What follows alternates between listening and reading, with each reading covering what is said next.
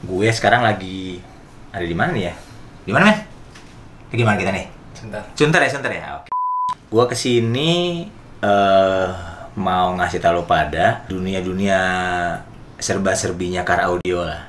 Jadi ibaratnya kita datang di satu orang nih, satu tempat yang emang dia senior, namanya harum banget di dunia Car Audio Indonesia. Karya benar-benar dimulai, mungkin udah 30 tahun lebih lah dia di dunia Car Audio ini. Ilmunya banyak banget, kita akan explore ilmunya dia. Tentang apa? Lu kalau punya duit ya, seminimal mungkin untuk mobil lo, mau bangun Car Audio itu, arahnya gimana sih? Apa yang lu belanjain? Duitnya berapa? Terus fungsinya buat apa dan kenapa dan bagaimana seperti itu. Lu pasti penasaran karena gue yakin banget bahasan kayak gini belum banyak yang udah bahas. Jadi ikutin gue deh. Dan siapa lagi kalau bukan Mr. Wahyu.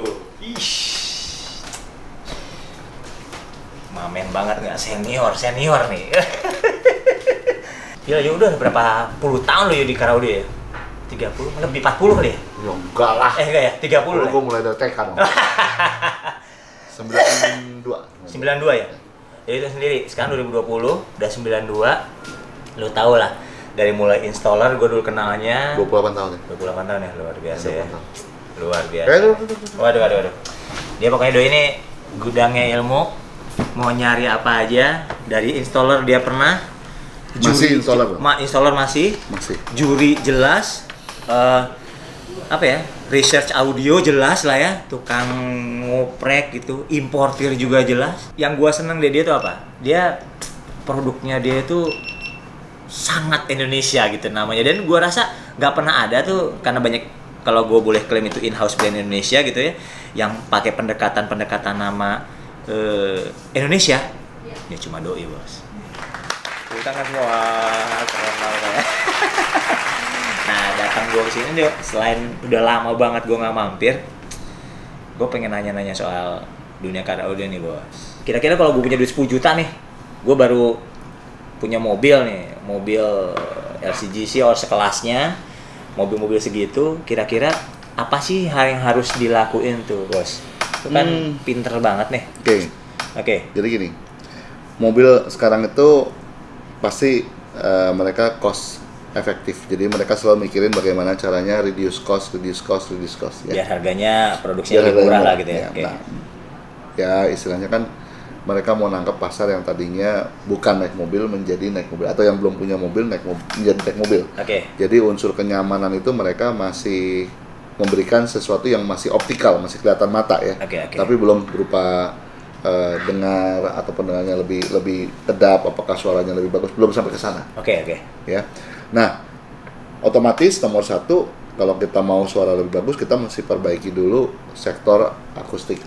Jadi kabinnya ya berarti ya. Jadi kita harus di sini pasti urusannya adalah peredam. Oke, peredam. Terutama peredam itu kita harus terapkan di tempat yang kita mau pasang speaker, karena speaker itu kan sumber suara. Kita harus bikin tuh jadi box. Nah, kita harus pasang peredam. Di mana? Berarti di 2 pintu depan. Paling tidak itu di 2 pintu depan. Minimal di 2 pintu depan ya. Nah, kira-kira budget berapa untuk peredam di 2 pintu depan? Ini yang normal ya. Yang normal itu kita ngomong end user, berarti harga pasaran harga ya. User udah dipasang ya. Itu yang normal itu antara 2 lembar. 2 lembar itu kalau merek yang benar ya itu. Oh, berarti ada yang merek nggak benar ya berarti ya? Loh. Oh ya, jangan dibahas. Orang bilang peredam mobil kan selembar apa ya? Selembar mereka kadang-kadang beranggapan bahwa asal punya selembar peredam glass wool ukuran semeter ke semeter udah dianggap sebagai peredam. Tapi kan apakah itu benar apa enggak, kan itu kan nanti kita masih menjadi problem yang berikutnya gitu ya. 2 lembar sampai dengan solusinya sekitar 6 lembar. Artinya antara 500 sampai 1,5 juta untuk peredam di pintu. Kita ambil 550 lah ya. Itu per lembar itu? Ini sudah per solusi. Oh, udah per solusi. Udah kelar. 2 lembar tuh udah dibongkar, udah dipasang itu 550.000. Peningkatannya kalau kita kira di presentasi itu ada berapa persen? Boleh 20? Bisa lebih dari 50%. Oh, lebih dari 50%? Perhatiin. Kenapa? 50% peningkatan suara dengan bukan dari speakernya, bukan dari speaker, tapi dengan lu memperbaiki akustik mobilnya dengan cara melakukan peredaman di anggaplah di dua pintu itu ya, dua pintu depan ya. Dua pintu depan. Oke, jadi menarik banget. Solusi pertama untuk memperbaiki suara di mobil itu bukan mengganti speakernya, tapi memperbaiki tempat speaker itu di mana speaker itu berada. Ya. Dan nomor 2, kita juga harus tahu bahwa mobil-mobil sekarang ini head unitnya itu sudah terintegrasi sama mobil. Ya. Jadi nanti makin ke depan, kita bicara setahun ke depan, 2 tahun ke depan, ini akan makin sulit mengganti head unit. Otomatis HU itu akan menjadi part of dashboard ya. Jadi kalau kita ganti jadinya nanti aneh gitu ya. Nah, dengan begini kita harus ngambil untuk perbaikan suara, kita harus mengoverride head unit tetap original. Tetapi kita menggunakan satu input baru ke sini. Input baru itu bisa berupa Bluetooth, betul kan? Sekarang ini Bluetooth ini sudah 9624 kalau yang versi 5.0, atau sudah high resolution ya. Betul. Nah kemudian Bluetooth ini cuma kemana? Ini masuk ke namanya DSP. Nah dari head unit original, jalur yang menuju kabel di pintu nanti kita potong dulu ibaratnya gitu ya, diarahkan ke DSP dulu. Ke DSP. Sehingga DSP akan menjadi pusat kontrol baru daripada sistem tersebut. Nah, 2,5 juta dengan ongkos tuning kurang lebih 500.000 ya. Belum pasang ya? Belum pasang. Masuk akal ya. Maksudnya nggak terlalu mahal lah, masuk akal. Soalnya kan untuk membutuhkan tadi item tadi juga nggak semua orang bisa. Itu kan skill lah. Skill kan dia bukan hanya ada skill, harganya. ini butuh alat kan? Iya, butuh alat. Butuh alat, butuh RTA, butuh impulse buat betul. Jadi dia punya investasi juga alat untuk bekerja. Jadi bukan hanya sekedar toel kelar gitu. Iya. Itu barangnya kayak apa? Lu kan ya ini kebetulan di sebelah situ. sebelah situ tuh. Lu lihat tuh. Nah, udah disiapin tuh. Ini buat yang pertandingan yang lo lakuin tuning di mana-mana tuh ya inilah gitu ya. Ya, kalau untuk ini banyak dipakai untuk kelas budget karena ini budgetnya masih di 6-an. Dan ini ada amplifier 4 kanal. Ini cukup populer dan biasanya ini udah ada Bluetooth, jadi biasanya mereka kalau tanding mereka pakai ini aja, pakai Bluetooth dari sini. Dari sebelah. Oh, ini 6 channel, sorry. Ini yang 645. Kalau yang 8 channel tuh ada Bluetooth-nya. Ada Bluetooth-nya. Oke. Ya. Tapi prinsipnya ini end user sekitar ini end user ya tadi 6 juta tadi. Oh enggak, sorry. Ini 2.900.000. 2,9 juta. Oke, 4 channel ya. 4 channel output. 4 channel output speaker, 4 channel input speaker, jadi buat data. Kemudian aux input, ini nggak ada Bluetooth-nya. Aux input. Kebetulan yang ini nggak ada Bluetooth-nya. Kemudian RC out-nya 6, dengan amplifier out 4. Jadi fleksibel. Nah, ini ini solusi Indonesia. Solusi Indonesia ya. Ini sekali lagi ini doi boy yang nyiptain. Yang riset semua segala macam timnya dia. Pure Indonesia. Minggir dulu. Nah, yang ini gimana? Ini kayaknya solusi Eropa. Jadi di Eropa itu ada 2 brand yang cukup kuat di dunia DSP. Audison sama Break Helix. Break Helix. Audison ini Prancis ya kalau nggak salah ya? Audison Itali.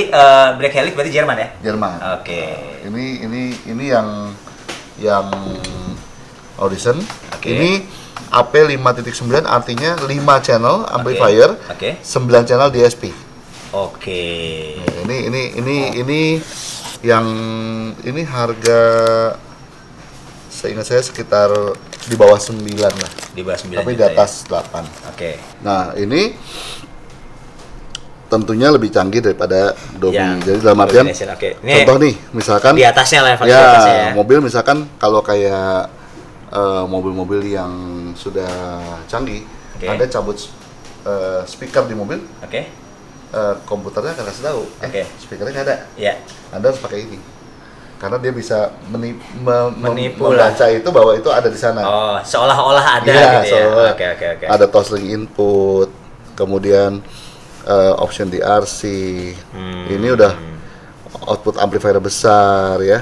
Ini udah kelasnya udah lebih tinggi. Lebih serius lah. Ini serius. Buat yang pertandingan itulah kali ya, syukur lebih seperti itulah ya. Ini lebih serius lah. Lebih serius. Ya, kalau yang solusi kita ini solusi 2,9 juta. 6 channel. Ada satu lagi yang solusi 8 channel di bawah 6 juta lah. Oke, di bawah 6 juta ya. Ini 9 jutaan. Oke. Ya. Nah, yang serius ini berapa nih? 20 lebih nih. 20 lebih. Ya pokoknya kalau udah beli ini sih sebenarnya udah level serius, tapi prinsipnya ya namanya info lah ya. Level Ferrari lah. Level Ferrari ya. Biar ngebut banget, udah kenceng banget. Lu sebagai Indonesia dengan hiruk pikuk ribut-ribut di Facebook lah, di Twitter kayak gitu-gitu, tapi adem kan bahas kayak gini, orang Indonesia ada yang bikin.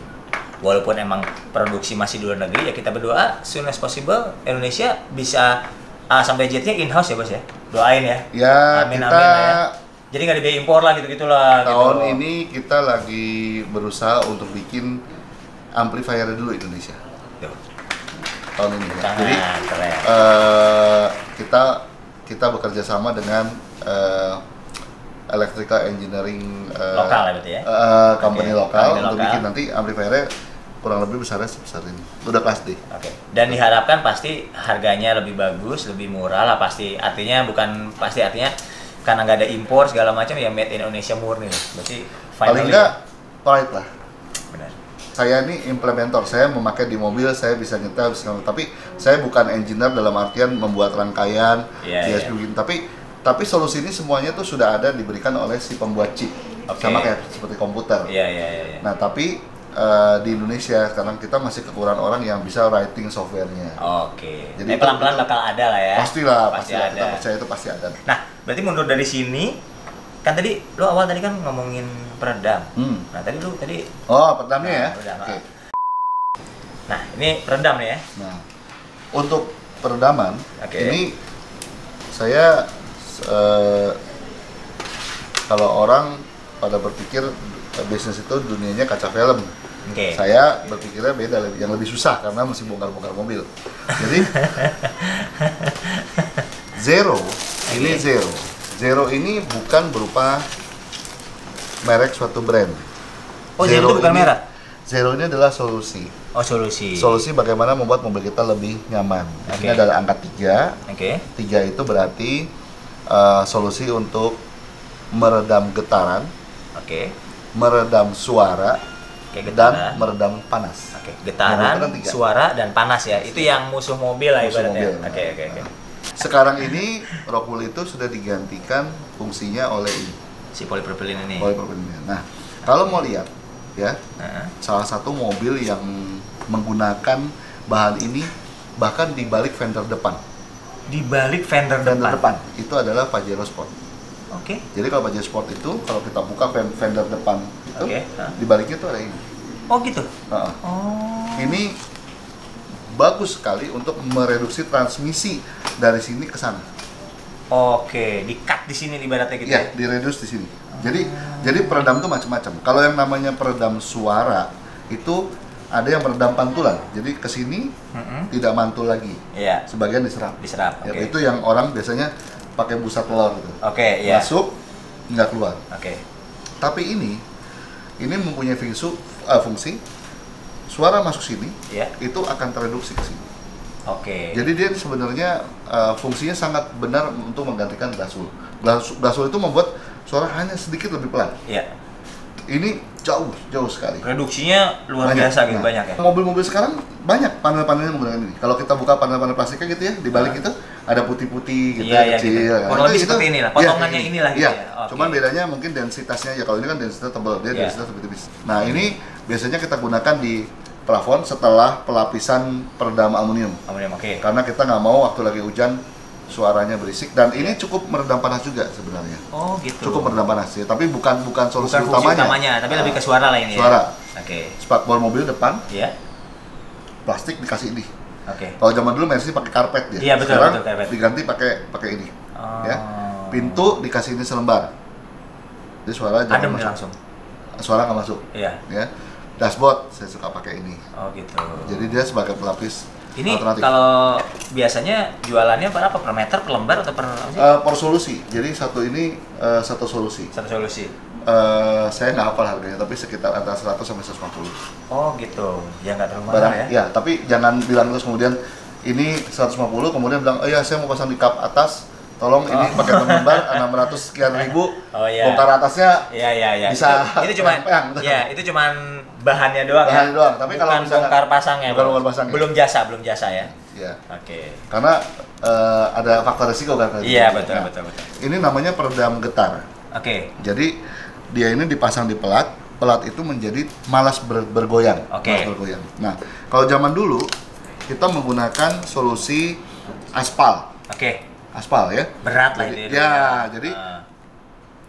namanya bahan itu pasti punya resonansi, punya titik goyang. Iya. Jadi kalau misalnya Anda membayangkannya susah, Anda ambil piring kaleng, Anda banting ke tanah, nanti begitu bunyi, gitu. gitu ya. Itu Iya, namanya iya. titik resonansi bahan. Bagaimana cara menghilangkan itu adalah dengan cara titik resonansinya dikasih lagi sesuatu yang lebih rendah atau lebih tinggi. Iya. Nah, contohnya yang lebih rendah kan dikasih aspal. Iya. Aspal kan nggak mau bergerak, Iya. ditempelin, otomatis nanti resonansinya akan turun, hilang.